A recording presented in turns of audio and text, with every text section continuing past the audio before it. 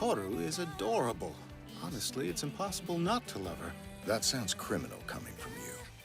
You know me, there's nothing I like more than some cutesy slice-of-life shoujo anime that has teenagers dealing with mundane problems in their own adorable way. Sure glad I picked up Fruits Basket, with the only anime character I can think of that's too pure to be my waifu. Since these kinds of shows always need a gimmick, much of the main cast turns into cute zodiac animals for Honda to hug. Let's take a look at this world of never-ending smiles. This may sound strange, but your kindness reminds me of a candle. It lights up. When it does, I can't help but smile at the warmth it gives off. There's nothing phony about it. Glad I had you. Now I'm happy every day, because you're here with me, making me smile. Then, I guess the whole reason I was born was so I can make you happy, Mommy. If that's true, I won't question it. Mom was always there to protect me. She was so strong, so cheerful. I never thought someone like her would die in an accident like that. So suddenly. She rejected me, body and soul. She wouldn't even look at me. When she wasn't sleeping or hiding, she was always on edge, sometimes screaming hysterically.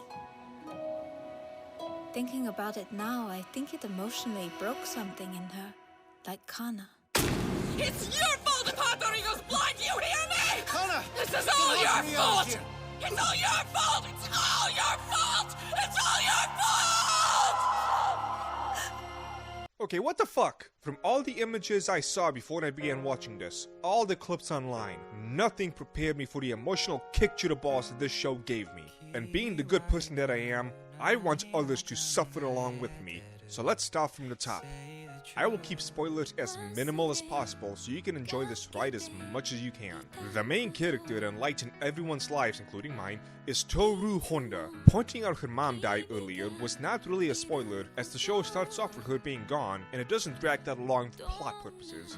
You know right away. Honda is living in a tent in what she thought was the woods, which turns out to belong to the Soma family. One of those Somas is Soma Yuki, the school's cliché pretty boy prince with his own fan club who's always smiling and joyful.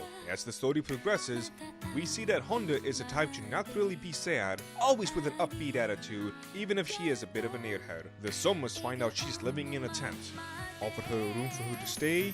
Shenanigans happens where she accidentally hugs everybody and discovers their secret. They're all possessed by animals from the Zodiac.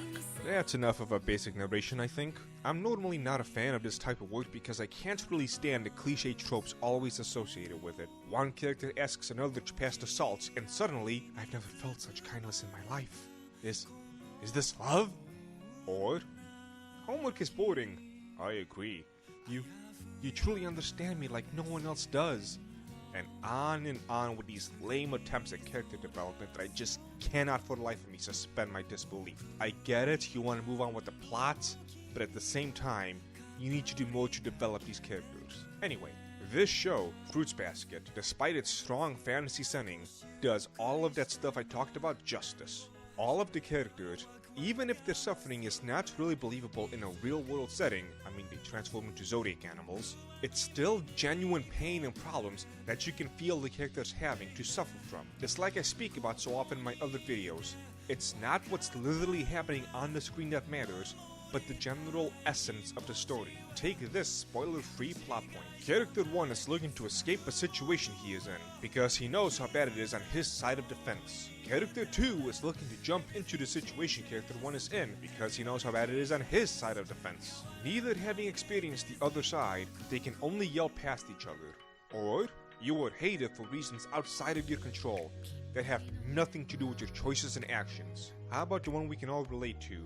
You have no one to tell of the problems you have, because no one would understand. This show does wonders for these issues. And the key pin to all of this is best waifu Honda. She is a light in a room full of darkness, able to chase all the shadows away, and with no awareness that she is that lovable. She's the type of kindness that's pure and genuine. She is not being kind because she hopes to get praise, or subconsciously wants people to like her. She's just a personification of kindness taken waifu form. She's not that smart, and aside from cooking, not particularly skilled at anything. Yet somehow, just her very presence is able to melt away the problems that have been bubbling up with this cursed family going back eons. That's why the unspoken love interests that happen with her are so believable. She didn't just do some mundane task which make characters instantly fall in love with her. She is banishing away terrible shadows that plague these characters' very souls. And it's not an instant love, it's something that they slowly develop over time.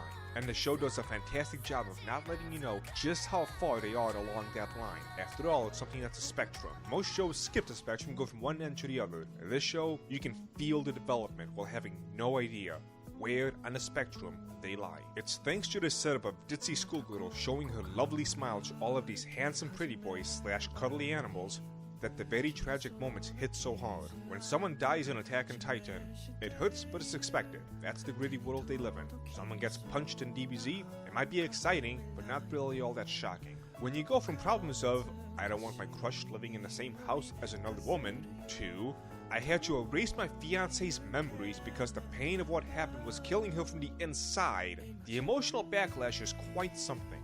And you as the viewer want to know, what does this happy ditzy girl do when confronted with such shocking moments? What is this zodiac curse that has so many people suffering? Can this teenager really do something about this curse that spans back countless generations? What could have happened to make this bundle of sunshine make this face? To wreck her so badly? If you want to find out, there's only one thing you can do. Watch Fruits Basket. I'm gonna keep these what to watch segments short. I don't wish to spoil much and want to get your desire up as high as possible while giving as little as I can. Fruits Basket Season 1 has been out for about a year, and Season 2 is airing as we speak. Believe me, you will not be disappointed.